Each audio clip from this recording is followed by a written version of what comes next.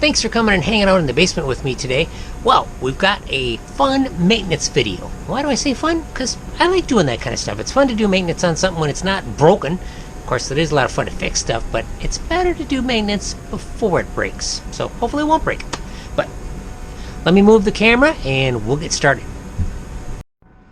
Here we go. This is my favorite model train engine in O gauge that I own.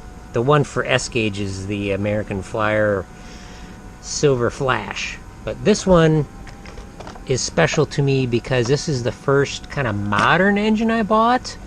I'll toss some pictures of the first engine or first kit I bought, which was the starter set for the Tar Heel Express, and that was certainly cool. Had a lot of fun with that, but that's kind of what made me decide that I really wanted to stick with O gauge after being an American Flyer for a while. Let me shut off the car over here for the sea monkeys. That thing gets a little noisy, but hey, it still works, so that's awesome. The repairs work good. So back to this car. My history with this thing is I bought this thing new old stock in at least 2000. I've got an old video I'll insert here, which is pretty cool. And that shows me running this thing on the floor layout, and yeah, I picked this up at the Madtown train show, I think it was called. And the story, or basically they were selling these for $150, which was a good deal then, and they were just overstocked. I don't know how old it was at the time. I don't really recall that, but yeah, she's nice. She's an MTH Proto Sound 1, and it is basically like a Rail King line engine. It's not, super fancy or whatever. It's got manual pantographs and stuff, but we're going to get a closer look at what it takes to do maintenance on this now that I've shown you a bit of history on it. And we'll run around the track and we'll be done. Hopefully it'll be a pretty straightforward video. So for this guy, we're going to remove the shell. And it's important to look, and MTH is really good about this. They include online manuals and they tell you which screws to remove, because you might just go, oh, I'll just pull them all, and including these and stuff. Well, these screws here hold on the speaker and weight to the frame, so these don't need to come off. So I'm just going to remove some screws here. I got a couple here, a couple there, and a couple over here, so it won't take me long. Oh, it's also important to use the correct screwdriver. If you have a screwdriver that just kind of slips out, stop and get the correct one.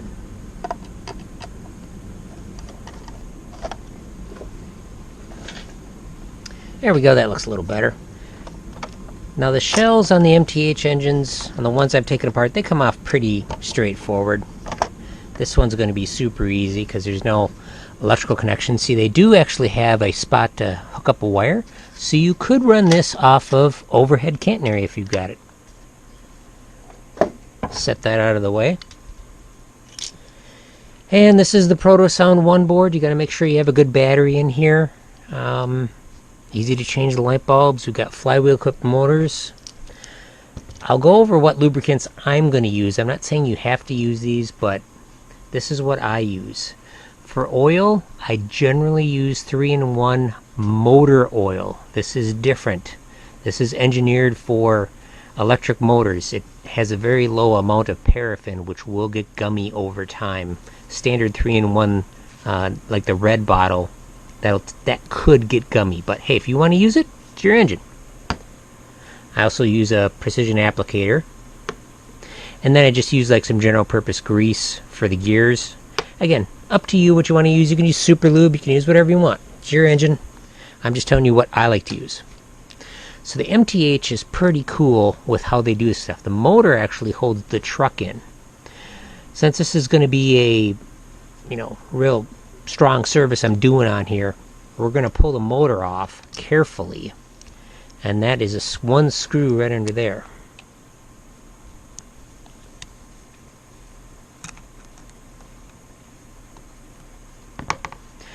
Now, since I've owned this engine for over 25 years, it doesn't get a lot of use, and except for the last few years, my youngest son, he loves this thing, which is great. It gets a lot of use. But here's how the motor is attached. Got to be careful of these wires here. But it's that one screw that's held in there, and then we can see the grease here. I'm not going to put any oil on the motor itself, because it really doesn't need it.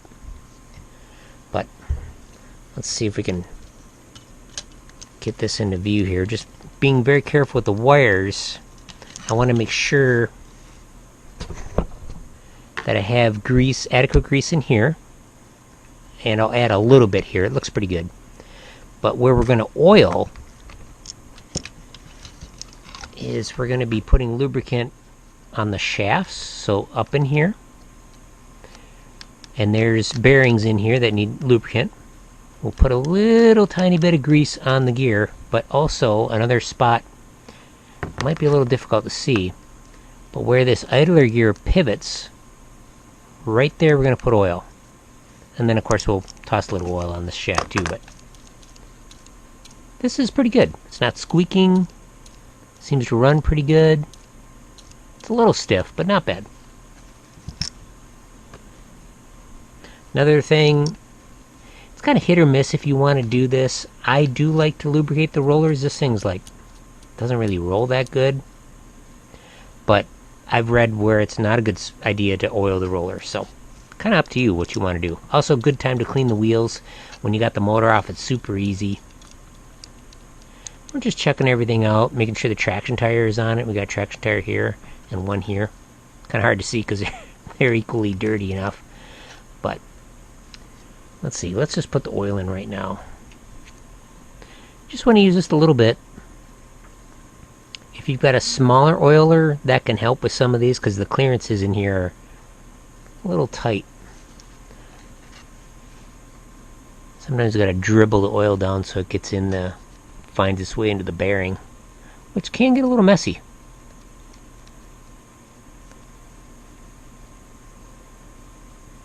We're just dousing a whole lot of oil in here. The clearances are very narrow on this thing. There we go. There, it's already moving better.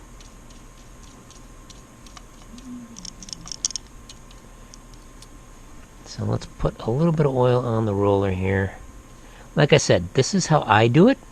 Doesn't mean you have to do it. And I will definitely clean up the oil spill. You want to make sure nothing's bent in here or whatever, but yeah, this is plenty good. Oh, forgot to put the oil down in here. Oh yeah, look at that. Alright, let's get a little bit of lubricant here.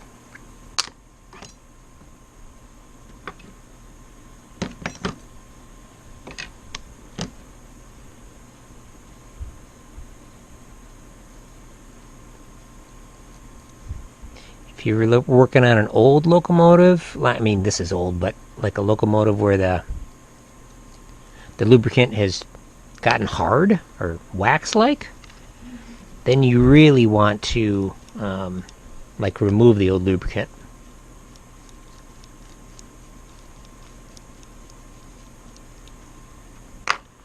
Another thing I could do in here is I could, if this axle was particularly sticky, I could get down in here on either side of the gear and put some lubricant, but that's just gonna make a messy soup, so I think we're good. I don't see any abnormal wear on this gear. I think we're good. Alright, so what I like to use is naphtha. Again, you can use whatever cleaner you want. It's up to you. I'm not here saying you must use this or you must use that. It's just what I use.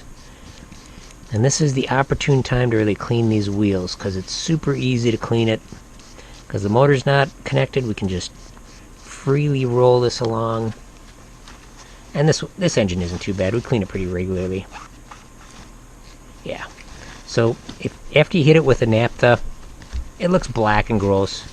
But if you hit it with a dry section of cloth, it comes out pretty clean, then you're good. This one will be real bad. This is the traction tire.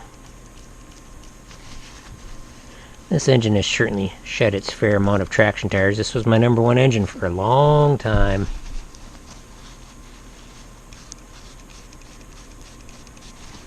And it's still a great puller.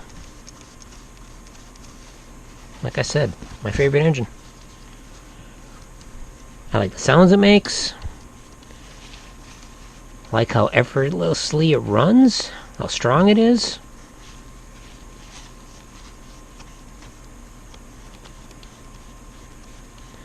Love the representation of the Hancock air whistle, which New Haven used on their electrics.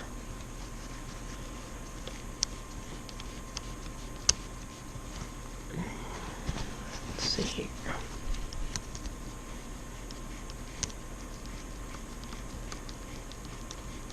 Oh yeah, this thing seems a little yucky. The plastic wheels there seem to have picked up quite a bit of gunk. Oh yeah. Just some bouncing along the track. Jeez. Who knew? We'll clean the center roller. As long as we're at it. These rollers are really good quality.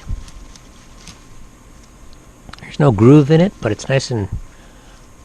Maybe it shouldn't be quite as polished, probably because it was sticking a little bit. Toss a little more lube on here.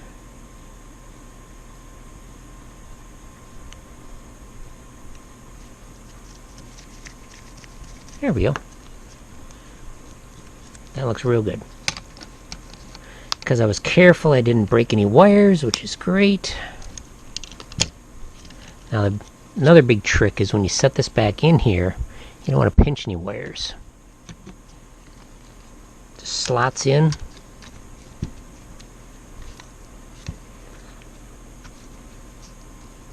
Put this guy on.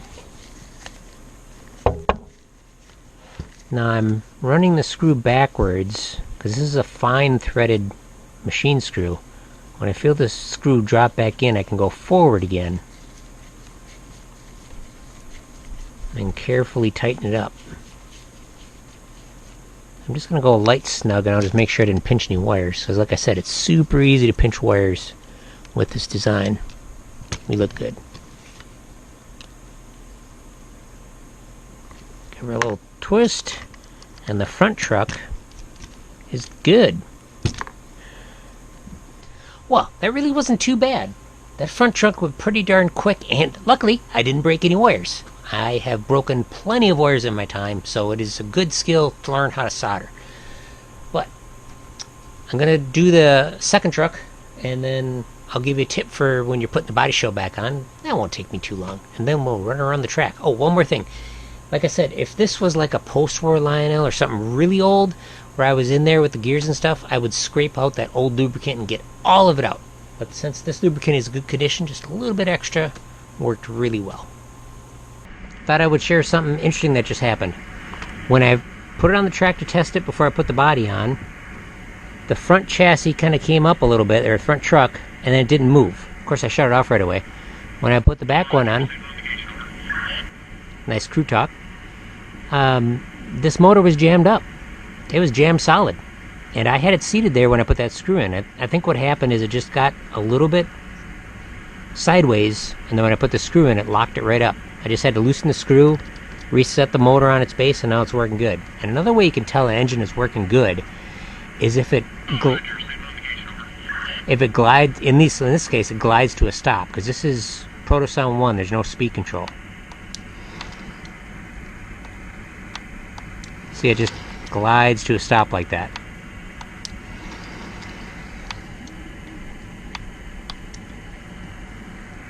And then with this one, we're at 5 volts here.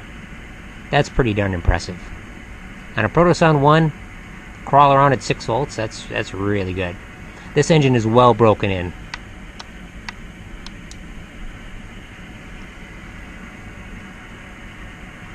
So yeah, that's real. That's amazing.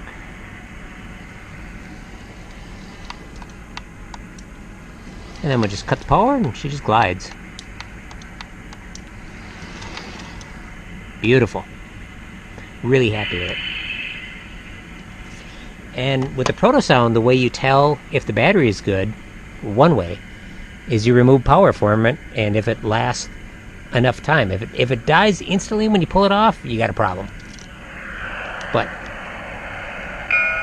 this thing has a timer for how long it goes, and if it goes that full length, then it's good. You hear that little pep, pep, pep, that little farting noise? That means the processor is shut down correctly. That's why very important to maintain a good battery in here. But let me get you that tip for putting the shell back on. Well, for this one, shell only goes on one way. You'd think it'd be either way, but we got only one set of posts here instead of like two. So, depending on the engine, it can be real tricky to avoid pinched wires. This one's really easy, so no worries there. We'll start with a middle screw here. So here's the tip. We're going into plastic, so we turn the screw backwards until you hear it click back down. Once it clicks down, then you can move it forward, and it shouldn't be real hard to put in. Another tip is get all your screws started before you tighten them down. I'm going to go backwards, and then we'll spin her down a couple, and then tighten it down as you go, and not gorilla tight, just snug is good. And on this Protosound 1, we've got a volume control here, and then we've got a direction switch, and that direction switch is for the proto couplers on this one. So when you hit the remote control and you hit the certain commands for the coupler, it'll only fire one coupler on this Protosound 1 model, but you can choose which one it is. Man, this thing is doing amazing. We are at 11 volts. My track is not level. I do have voltage issues. This engine does not have speed control, and it is maintaining a fairly constant speed around the outer loop here, so bravo. And why is it able to do that? Well, because it's got two motors and it's powerful. It's very powerful. We'll stop it in front of the aquarium here.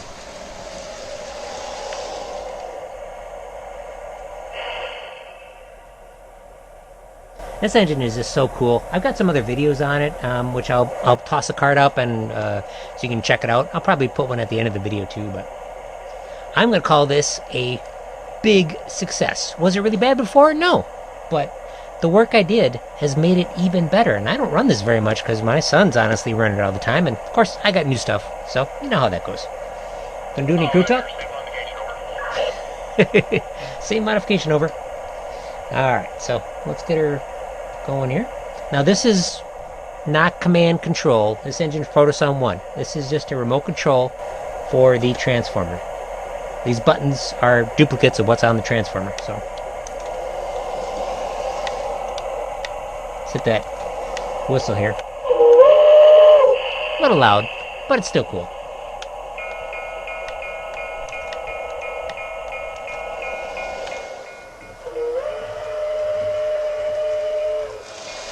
I love it. Well, let me know what you think of that. Like I said, rousing success, works great, and I've certainly done this several times throughout the years I've owned it, but, you know, it's good to do it every once in a while. Thanks for watching.